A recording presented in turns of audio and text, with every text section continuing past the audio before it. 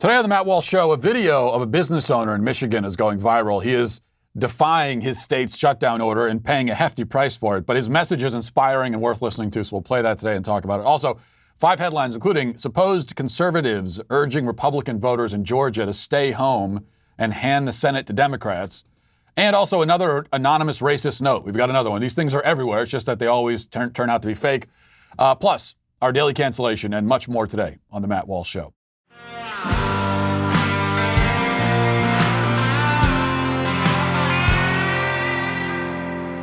Well, you know, one of the most important things in life, just to be a happy person, what little I know about that subject, is you got to get a good night's rest. You got to be able to sleep. And, you know, I can tell you that I'm on the road a lot. I do a lot of traveling. And so I'm on a lot of different mattresses.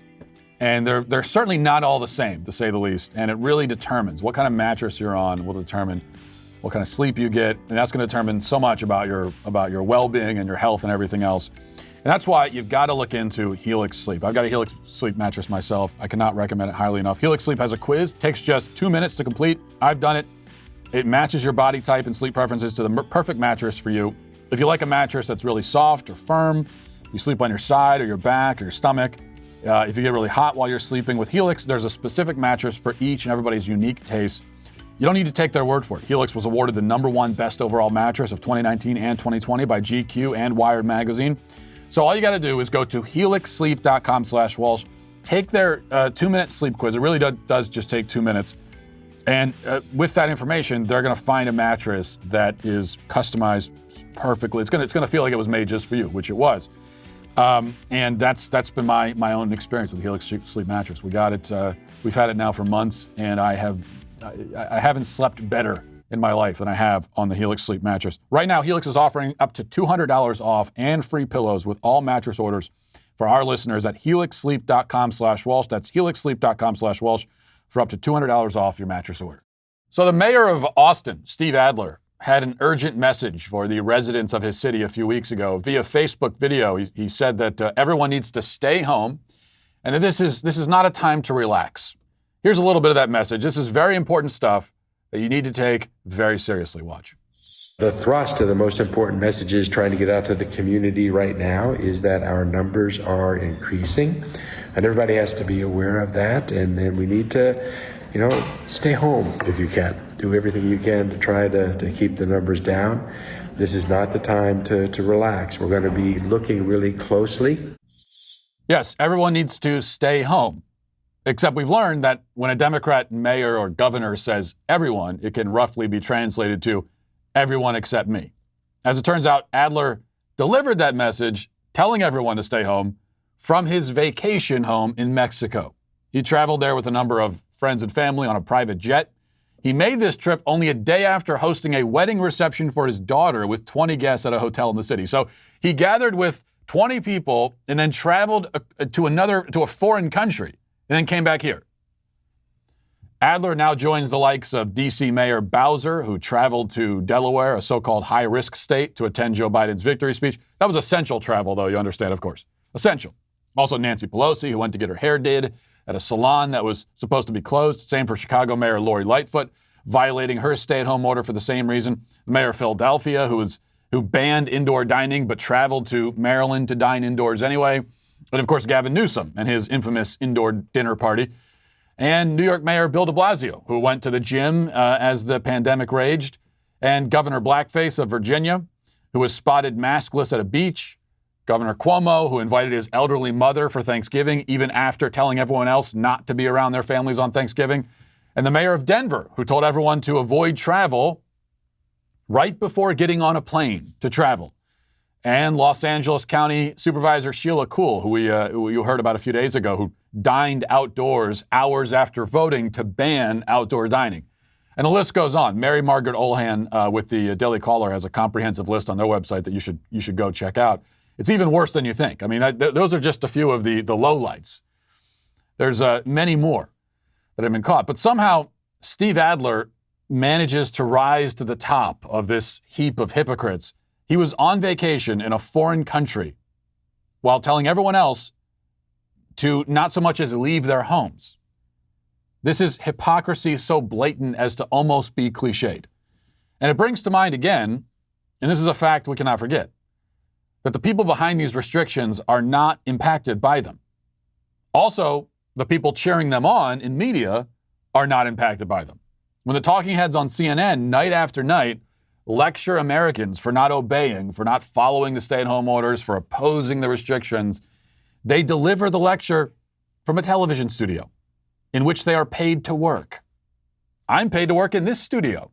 Even if Nashville gets shut down again, I can still go to work. Somehow my job is considered essential. Who am I then to earn a paycheck at my essential job, quote unquote, while telling you that you should sit home and let your children go hungry? Now, I'm not the most empathetic guy in the world, but that would be cruelty and selfishness beyond even my capabilities, if you can believe it. And the thing is, my job is essential. That's true. My job is absolutely essential to me. I doubt it's very essential to your life, but it's essential to my life and my family. It's how I earn a living. It's how I put food on the table. It's how I pay for the bill at the doctors when my children are sick. So it's very essential to me. Your job is essential to you. All jobs are essential. That's not a bumper sticker slogan. They might put that on the poster boards at the protests, but it's also true. It's more than a slogan. All jobs are essential because someone depends on it for survival. It might be only one person depending on it. It could be a house full of people. It could be more than that, depending on what the job is. But someone does. Someone depends on it. And that makes it essential by any reasonable measure, by any reasonable definition of the term. But don't take it from me. I want to play for you what is perhaps, I think, the most compelling piece of video to come out of this crisis. This is from Michigan, where a ban on indoor dining is in effect, which is, of course, decimating the restaurant industry in the state and financially destroying thousands of people. Now, outdoor dining is still allowed, but it's 40 degrees right now in Detroit, last I checked. People aren't eating outside in 40-degree temperatures. Also, not every restaurant has the space to set up outdoor dining. You hear people sometimes say, well, you just do outdoor dining. Well, that assumes, first of all, that you have space outside that you own as a restaurant where you could put tables. A lot of restaurants don't have that. And also, the state of Michigan has very specific rules about what qualifies as outdoors and what doesn't. And we know anytime the government gets involved, even simple things become complicated. And now we need pages and pages of rules to just tell us what outdoors is. And a lot of things that seem like they're outdoors actually aren't, it turns out. For example, a brewery in the state. This is from an article in eater.com. A brewery spent all summer setting up an outdoor area with heaters and kind of like a large sort of barn-like structure, protection from the elements, a lot of air circulation, the whole 9 yards. But when the state passed its indoor dining ban, the owner of the restaurant discovered that according to their definition, his outdoor space is actually indoors. So he wasted all that time and money for something he can't use. And they didn't tell him he couldn't use it until the very last minute. He spent all that time making it, and then they come and say, oh, you know what, you can't, this doesn't count. The article says that he's, quote, disappointed. Something tells me that that's probably an understatement. If it were me, I think I'd be less disappointed and more burning with the fiery rage of 1,000 suns. Oh, but by the way, it does count as outdoors if you put the diners in plastic domes. Okay, so those small, maybe you've seen them, small plastic claustrophobic bubble domes. That's fine. You can do that. That counts as outdoors. The virus can easily be spread. Somehow this is considered safer than just having people sit inside a building. And somehow a plastic dome is considered outside, but a large physical structure with airflow and heating, that is not outside. It's all arbitrary and outrageous, of course, and people's lives are being ruined because of it. Which brings us then to the video I mentioned. Dave Morris, the owner of DNR Daily Grind restaurant in Michigan, has decided to keep his restaurant open for indoor dining. He's not shutting down. He's been fined $1,000 a day since the new order went into effect. I think he's up to $6,000 now and counting, but he has no plans of backing down. And when a local news station showed up to report on the story, Dave appeared suddenly on camera, and here's what he had to say. Here on this cafe. Javarius, is everything okay? My government leaders have abandoned me. Are you the owner? $4 trillion of stimulus money. They gave it to who? Special interest groups and campaign donors. I'm Dave Morris. I own the place. So what's going on? What's going on? You know what's going on. Tell me. You tell me. Hey, we got a government that has taken the stimulus money. They gave it to special campaign donors. They gave it to special interests. They abandoned me, and they have put me in a position where I have to fight back. Okay? So do you feel that this is the right thing to do? Absolutely. I feel everybody needs to stand up. Hey, listen, there was enough money to give every family in this country $20,000 to go home for 2 months. They chose to give it to special interests and campaign donors, the Kennedy Space Center, and they abandoned us. So you could have given me money. I'd gladly walk away for 60 days and let this virus settle down. I'm not going to do it alone. Okay? Are you going to continue to violate the state's orders and stay open? This is a state order. This isn't an order. This is a conspiracy. This is a tyranny. What do you want to tell other restaurant owners who... Wake up. Stand up. This is America. Be free. I got patriots coming out supporting me. That is great stuff. And everything he said there is correct. His math is correct, too, by the way. $3 trillion divided between all the families in America, all the households, about 110, 120 million or so, would work out to $20,000 or $25,000 for everybody. Now, I'm normally the last person to advocate for government handouts, but this is not a handout, so I'm still not advocating for a handout. The government is telling people they can't go to work and earn money. The government is shutting down entire industries. You can't do that and then give people a couple $1,000 and expect it to last for months or longer. The government is stealing from the American people, telling you that you can't work and then giving you nothing in compensation. That's stealing. We're not talking about welfare here or debt forgiveness for student loans or anything like that. We're talking about the state depriving its citizens of the ability to work and earn a living. The state then has an obligation to compensate for lost wages. That's the point that Dave Morris is making, and it's a good one. And that's what I like about this video, too. Dave is not an activist. He's not someone showboating, or strutting for the cameras. He doesn't have a poster board. There are no slogans here. You can tell he's not looking to be famous. He's not looking for attention. And actually, he's perfectly willing to cooperate with the stay-at-home orders and the dining ban and all that. But he can't do it if he's not compensated. He can't just sit at home with no money and no business. He's not willing to do that, and he shouldn't be. Nobody should be willing to cooperate with this scam. That's why we need more Dave Morrises in the world, a lot more. The government has seized power that it will not relinquish easily. In New York, just to show you how bad it's gotten, they're now doing sting operations and arresting restaurant owners who serve food inside. Yes, sting operations. They're sending in undercover police to order like a hamburger. And if they get the hamburger, then the person's going to jail. The powers that be are desperate to retain the control they've gained over our lives. Men like Dave Morris are desperate just to survive. A clash between these two groups is coming. And I know whose side I'll be on. Now let's get to our 5 headlines.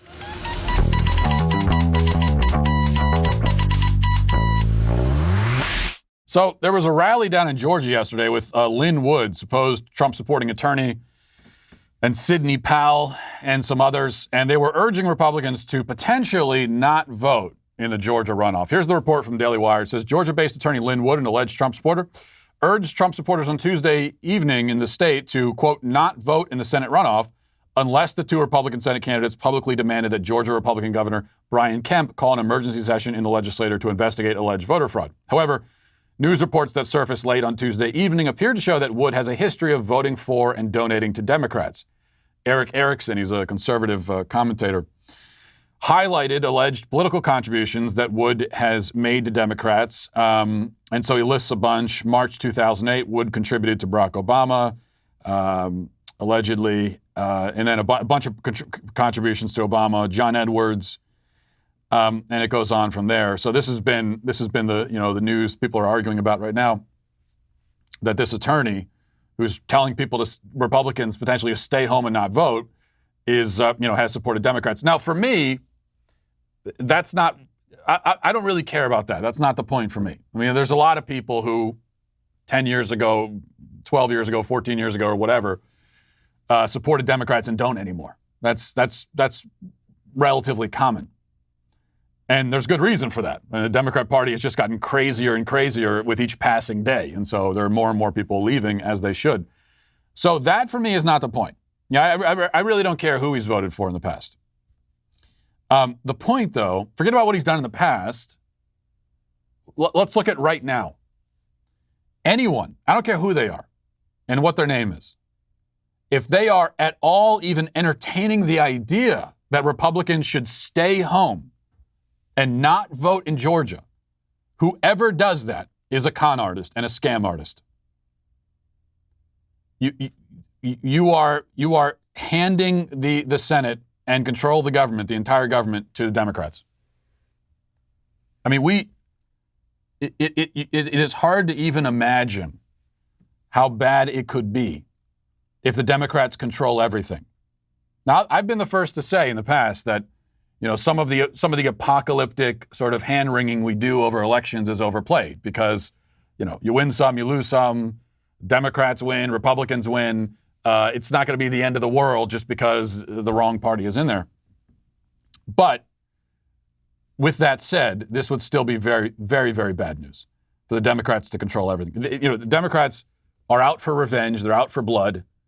We know what they want to do. They've already made it clear they want to defund the police. They want to pack the court. They want to add Senate seats, statehood for, D.C., Puerto Rico.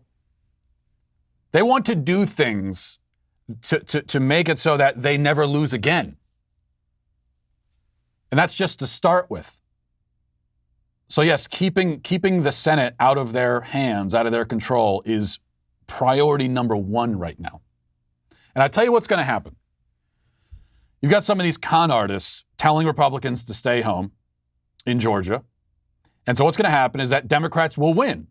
That's what happens. If your voters stay home, the other team wins. So the scam artists are saying, stay home and don't vote. And then Democrats win. And then the scam artists will say, you see, they cheated. That's why they won. No, they cheated because you told everyone to stay home. You were working for the other side and pretending that you were working on our side. And then they're going to say, you see, they cheated. Now just donate some more money to me personally. Put my name, make it out to me personally. And I'll help save the republic. It is such an obvious, transparent scam. And I don't know how anyone could fail to see it. There is no defending this whatsoever.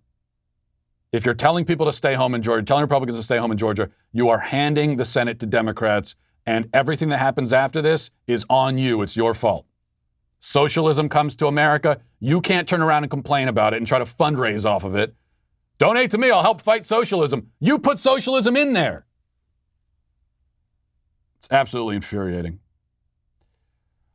All right, let's go to number 2. Article in the Houston Chronicle about the upstart conservative social media app Parler. I don't know if you've been on this site yet, Parler. I recently started an account. But things are not going terribly well, I suppose. Houston Chronicle says, anyone following the hashtag sexy Trump girl hashtag on Twitter, on Parler, a social media site increasingly popular with conservatives, got an eyeful one recent Thursday evening as images of topless women and links to hardcore pornography websites appeared at a rapid-fire rate, often more than one per minute. Now, I kind of feel like if you're clicking on that hashtag, that's probably what you were looking for, so probably not a surprise. But anyway, it goes into how pornographers allegedly, supposedly, are taking over the site. Now, you have to, there's always a grain of salt when you see media articles about Parler, because it's known as a conservative social media app, and the media doesn't like it for that reason, and so they have a reason to make it sound worse than it actually is. I will say, I don't know about the pornography aspect of it. I haven't seen that. For me, the problem with Parler is it's got two big problems. Number one, there's no innovation with the function of the site. So you look at all the social media sites that have taken off and managed to seize a size of the market, a portion of the market. There's something about them that's a little bit different functionally. There's some sort of functional innovation. With Parler, there isn't. It's just sort of a Twitter knockoff. And the other problem too is that it's kind of an echo chamber right now. If you go there, everybody is conservative, just talking. We're all just talking to each other about how right we are, which is kind of nice every once in a while. but it's not nearly as fun. So that's a real problem. Then the third problem Parler runs into is that they don't have billions and billions. This is the main problem. They don't have billions and billions of dollars, which I think is what you really need in order to have a chance to make a dent in Twitter or Facebook. But I think they're worth supporting because I support the idea. I like what they're trying to do, at least. All right. So we got ourselves number 3 here. Another anonymous racist note. This one was allegedly left under the door of a woman in an apartment complex in Boston. Also MAGA country in Boston, just like Chicago. She posted a screenshot of the letter, typed up very nicely. It's a typed letter that someone supposedly left for her. And she also, and you know, I'm not saying you could draw any conclusions from this at all, but she also included, along with the screenshot of the racist letter, in the Twitter thread, she included a link to her business. That's it. So she's basically saying, hey, I was a victim of a racist hate crime, and also, by the way, buy my stuff while you're here. Anyway, so the note says, you seem to have no respect for others, huh? You seem to think you can move into a new building without abiding by the rules of morality or have any concern for anyone else but yourself. Who uses a blender at 10 a.m.? That does. I mean, using a blender at maybe 6 a.m., I think might violate the rules of morality, depending on how thin your walls are. 10 a.m., I think you're in blender territory. You're playing rap music so early in the morning. Please put away the N-word music. Only N-words listen to N-word music. Can you listen to something more peaceful, more calming? It's very rude. It's entirely rude. Please learn to have some respect. And please stop having sexual relations so loud. Wait, hold on. Actually, it says, what it's supposed to say is, please stop having sexual relations so loud. I promise you it's not that good, sweetie. You don't need to wake everybody up. Learn to have manners and be respectful. What it actually says, though, is, please stop having sexual rations so loud. Sexual rations. That's, that's one way of putting it. You know, you go to your spouse, hey, honey, I'd like to get one of my sexual rations this evening. Another weird thing, though, is that she has pronouns in her bio, and she identifies herself as, quote, queer, earthy, Afro-Latina. So I tell you what, the weird thing about that is that it's, I don't know if you've noticed this, it's always the most liberal, left-wing, far-left people who get these racist notes. Have you noticed that? It's always like left-wing activists, people with pronouns in the bio. They have the worst luck. They're always the ones who happen to stumble across these incredibly racist people that none of us are meeting. The rest of us, we never meet these people. It's only them. It's only the far left, pronouns in bio, people who meet the most racist ones. It's really bad luck, I guess. Or it's just a total scam. I'm thinking more of the latter. Number 4, Barack Obama had something to say about the Defund the Police slogan. And what he had to say about it has upset a lot of people on the left anyway, who are now sort of turning on him and saying, what does he know? Here's what he had to say. It's no different in terms of ideas. If you believe, as I do, that we should be able to reform the criminal justice system so that it's not biased and treats everybody fairly, I guess you can use a snappy slogan like defund the police, but you know you've lost a big audience the minute you say it, which makes it a lot less likely that you're actually going to get the changes you want done. But if you instead say, let's reform the police department so that everybody's being treated fairly, you know, divert young people from getting into crime, and if there's a homeless guy, maybe we send a mental health worker there instead of an armed unit that could end up resulting in a tragedy. Suddenly, a whole bunch of folks who might not otherwise listen to you are listening to you. So the key is deciding, do you want to actually get something done, or do you want to feel good among the people you already agree with? And if you want to get something done in a democracy, in a country as big and diverse as ours, then you've got to be able to meet people where they are and play a game of addition and not subtraction. Yeah, so he's the left's very upset about that. The Squad, they're very upset about it. And yeah, like I said, they're saying, what does this guy know about how to succeed politically? I mean, he's only the most successful Democrat politician in the last several decades, which maybe isn't saying much, but now they've decided he doesn't know what he's talking about. And you know, I have no dog in this fight really, but I will say that just to be clear about this, Barack Obama is not saying that we shouldn't defund the police. What he's saying is we shouldn't say we're defunding the police. So what he's trying to say to the crazy leftists is, listen, you want to be crazy, that's fine. Just don't be so obvious about it. So he's giving them advice on how to brand this. But they're not going to listen to it, which is good. I'm glad they don't listen to him. I would encourage them to not listen to him. Because defund the police as a slogan is a total loser. The idea itself is also a loser, of course. But the only chance they have of actually enacting this idea is to come up with a different word for it, a different phrase. And usually the left, they're very good at this. This is one thing the left is very good at normally, with euphemisms, coming up with different words that mean something, to cloak the horrible things that they're doing. With abortion, is the number one prime example of this. Think of all the euphemisms that they have covered this subject in. Reproductive rights, which is one big euphemism because, as I've said many times, abortion has nothing to do with reproductive rights because the abortion happens after reproduction has already occurred. So normally the left, they do that and they have a lot of success. In this case, the mistake they're making really is they're just being honest. And Obama is saying, stop being honest, guys. They're not interested in that. 5, finally, this isn't really a headline per se, but I mention this because I believe that it's important to be a man of your word. If you say you're going to do something, do it. If you make a deal, follow through. That's what I believe. But Tyler Conway of Bleacher Report, it seems, is not a man of his word. He's a reporter for Bleacher Report. He tweeted to me a couple of days ago during the discussion about Sarah Fuller, the girl who did that hilariously bad kick for Vanderbilt and then proceeded to win. She kicked it 20 yards. She won SEC Special Teams Player of the Week, and everyone's hailing what a great kick it was when, of course, it was a horrible kick. But and I've made that point, and Tyler Conway wanted to white knight for Sarah, be her knight in shining armor, defend her. So he issued a challenge to me. He said that I should kick a football, film it for Twitter, and if I do, he will donate to a charity of my choice. Now, I'm not one to back away from a challenge.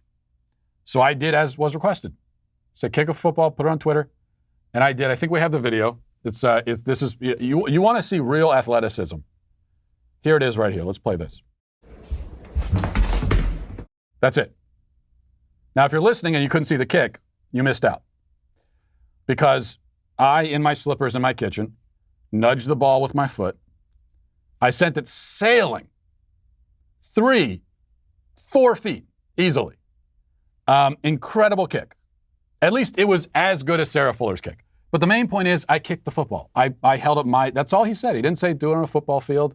He didn't say it has to, go through the uprights or anything. That was the challenge, but of course he backed away, and I did that kick, and I said, okay, you can donate to the National Right to Life Committee, big pro-life organization, and in order to, I guess, his way of dunking on me was to instead donate to Planned Parenthood. He donated $100 to Planned Parenthood, and that's how it ended up. So he's not following through on what he said, but also I just thought this was interesting because your version of a dunk here is to burn your own money, essentially, is to waste $100 of your own money, sending it to a billion-dollar corporation that, by the way, already gets your money. They already get $500 million a year from us. You're going to give them $100 more. They don't really need it. So essentially what he's saying is, oh yeah, I'll show you, pulls out $100, sets it on fire. How do you like that? But anyway, there was my kick. That's my athleticism. Maybe I should kick for Vanderbilt next. They are right down the street. We're in Nashville now. So, I'm a big believer that we have to continue learning.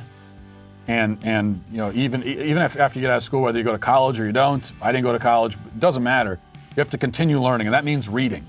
You have to read in order to learn and to be just an interesting and well-adjusted, intelligent person. The problem, though, is finding the time to read. And I can say that I'm usually a pretty big reader, but ever since I relocated to Nashville, Just the whole process of moving and everything, it's eaten up a whole lot of my time. I haven't had the same amount of time that I usually do to sit down with a book. And that's why I'm so happy that thinker.org exists. Thinker.org, they're great. They summarize the key ideas from new and noteworthy nonfiction, giving you access to an entire library of great books in bite-sized form. You can read or also listen to hundreds of titles in a matter of minutes. And what they're going to do, we're talking about old classics like How to Win Friends and Influence People, recent bestsellers like 12 Rules for Life, Jordan Peterson's book, of course. Whatever it is, and many books in between. But what they're going to do is they're going to tell you the information. They're going to give you the information, the insights, the wisdom from those books. They offer just a large variety of titles across many categories: current affairs, politics, business, education, history. That's one of my favorite categories to go to. Relationships. I don't really need that category because I'm perfect in all my relationships, as my wife will tell you. But you might need that, so you can go there too. And then the other thing is, you read the insights, and maybe you think, okay, I want to know more. You can go and buy the book, or maybe you feel like you've gotten everything you need to out of that, and you can go on to the next one. If you want to challenge your preconceptions, expand your horizons, become a better thinker, go to thinker.org. That's THINKR.org to start a free trial and download the app today. Let them know you heard about them on the Matt Walsh Show. That's thinker.org. Also, we've been telling you about all the benefits of being a Daily Wire member. And if you're not a Daily Wire member yet, now is the time to join, because we've got a lot of incredible stuff just around the corner, very close around the corner. In fact, starting Friday, December 4th, the Michael Knowles Show is going 5 days a week with more content for members to enjoy. We're also adding the entire PragerU catalog. We've already got some PragerU stuff, but we're putting it all on dailywire.com. It'll be there by the end of the year for Daily Wire members. Candace Owens Show from PragerU will also be available, and then she's going to have her own show on the Daily Wire, live studio audience show, which you got to be a member to fully enjoy that. We're launching our first feature film. We've got investigative journalism, so much stuff. What you got to do is go to dailywire.com/subscribe. We're loud, we're opinionated, and we're just having a good time. Also, the ornament thing. The ornaments. So get these stupid ornaments. We're adorable elves, and I'm just a big fan of these. I'm joking. I'm being sarcastic because I just love everything about these ornaments. It's been my dream, my whole life, in fact, to be converted into an adorable elf and to be hanging on a tree. I can die a happy man. This is all I've ever wanted in my life, is this. You are watching the completion, the culmination of a man's life in front of you right now. So text the word Christmas to 83400 to get your tree decorated today with these wonderful ornaments. They're going fast, so get yours now at dailywire.com. Now let's get to our daily cancellation. Today we're going to have to cancel Harry Styles again. Or perhaps it's not so much Harry Styles we're canceling as the legions of cult-like plebes who pretend that everything he does is brilliant and beautiful. You probably recall the ruckus last week when Styles appeared in a magazine in women's clothes, and Candace Owens, who will soon be having a show here on the Daily Wire, dared to suggest that men should not be wearing skirts and dresses and should instead be masculine as God and nature intended. Well, the story sort of died down until yesterday when Styles issued a clapback to Owens. Now, I use the term clapback because that is the term used by literally dozens of news outlets in their headlines about the story. Just Google Harry Styles clapback and then hit the news button. Dozens of these headlines. Harry Styles claps back at Candace Owens. They use that term because we live in an exceedingly stupid society where once self-respecting news outlets use teenage lingo in their headlines. But in any case, here's Harry Styles and his clapback. His, I'm told, devastating, brilliant, genius, incredible, life-changing, historic clapback. Possibly the cleverest comeback in the history of comebacks. And here it is. It's an Instagram post of Harry Styles in what appears to be Seinfeld's puffy shirt. Or there might be a blouse stitched together from his grandmother's tablecloth. I'm not sure. And he's eating a banana. And the caption says, bring back manly men. Which is what Candace Owens had said. So that's a clapback. Now, a few things here. First of all, are we really going to pretend that this man doesn't look stupid as hell in that ridiculous outfit? The problem here is not that it's womanly. I've never seen a woman dress like that, or any human. If my wife walked into the room wearing that, I would immediately stage an intervention, assuming that she's high on heroin. Second, I want you to imagine something for a moment. Just imagine what would happen if a white, conservative, male celebrity, what few exist, were to issue a clapback to a black liberal woman with a picture of himself eating a banana. Imagine how that would be received. Imagine what assumptions would be made. We're at a point right now where you can simply move your fingers a certain way. You can make a circle with your index and thumb like this, and you'll be accused of sending racist messages. Right now, I'm sending a racist message, supposedly. Almost anything is a racist dog whistle these days. So how is this picture of a guy eating a banana meant as a diss to a black woman not a racist dog whistle? Now, to be clear, I don't actually think that Harry Styles meant it that way. I don't really want to speculate on what he's doing with that banana on camera, much less what he'll do with it off camera. But we all know damn well what kinds of speculation the media would be doing if the politics were reversed here. The explosions of outrage would be nuclear. The offender would have already issued multiple tearful apologies, which would not be enough to stop him from getting dropped from every project and partnership he's a part of. That's how it would go. But because Candace is a conservative, none of that applies. In fact, Harry Styles, he could probably actually come out and say that he meant it in a racist way, and it still wouldn't bother anyone on the left or in the media. Because they believe that if you're a conservative, you don't deserve basic human decency. So no treatment towards you can be out of bounds. You could be shot dead, as we've seen, by some Antifa radical in the street, and they still won't say that you didn't deserve it. So this goes for racist treatment too, of course. And this is double true for female conservatives and black conservatives, and doubly true for black female conservatives, because they're not only horrible people for being conservative, but they're also traitors, as the logic goes. Third point, I'm talking about conservatives here, but Candace's original point is not really a conservative point. It's not a political point. It's just a normal, natural, human, healthy observation. She's saying that she wants men to be masculine. She wants men to live up to their masculine potential. That's what she wants from men as a woman. And I got news for you. That's what almost all women who have ever lived on earth have wanted from men. That's not to say that all women have the same taste in men, but generally speaking, almost all women, the vast, vast majority, since the dawn of human civilization, have desired that men be masculine, strong, protectors, providers, more stoic and rational than emotional and sensitive. There are varying degrees. There are different tastes and priorities, of course. But there are also general statements we can make about what most women have wanted in men throughout history. Just as there are general statements we can make about what most men have wanted in women. Again, since the dawn of time, most men have wanted women who are affectionate, maternal, feminine, empathetic, caretakers, etc. Now, we can, I suppose, discuss whether these ideals are good or right or whatever.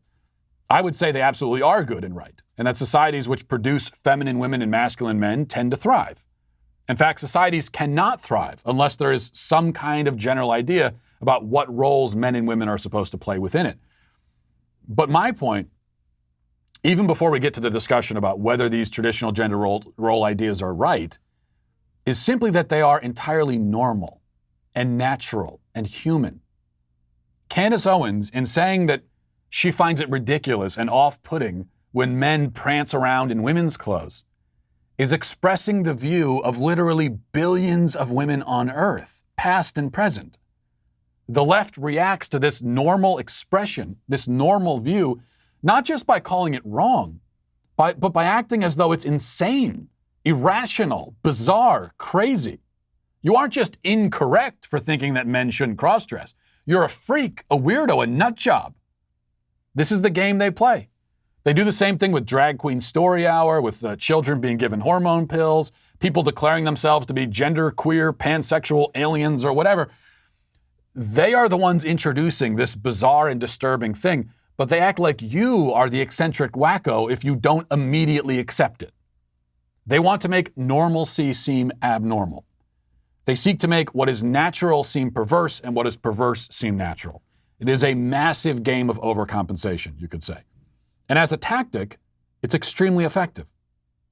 They do something weird like have drag queens dressed like Tim Burton characters show up to the library to read LGBT propaganda to 4-year-olds. And if you say, yeah, I don't think I really am in favor of this. I don't like it. They go, what? You have a problem with this? You don't like this? What are you, some kind of degenerate? And it works.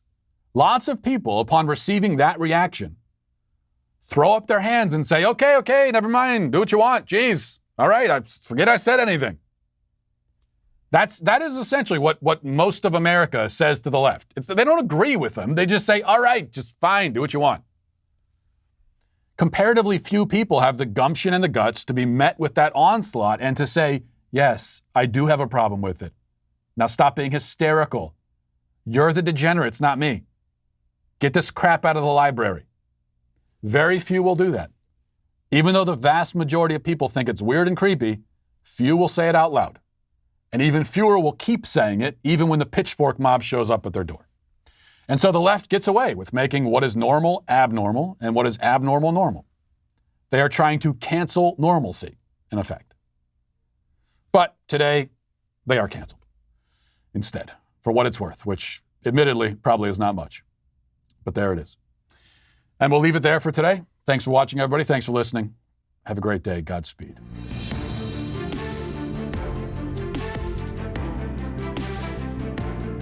The Matt Walsh Show is produced by Sean Hampton, executive producer Jeremy Boring. Our supervising producers are Mathis Glover and Robert Sterling. Our technical producer is Austin Stevens, edited by Danny D'Amico, and our audio is mixed by Robin Fenderson. The Matt Walsh Show is a Daily Wire production, copyright Daily Wire 2020. If you prefer facts over feelings, aren't offended by the brutal truth, and you can still laugh at the insanity filling our national news cycle, well, tune in to The Ben Shapiro Show. We'll get a whole lot of that and much more. See you there.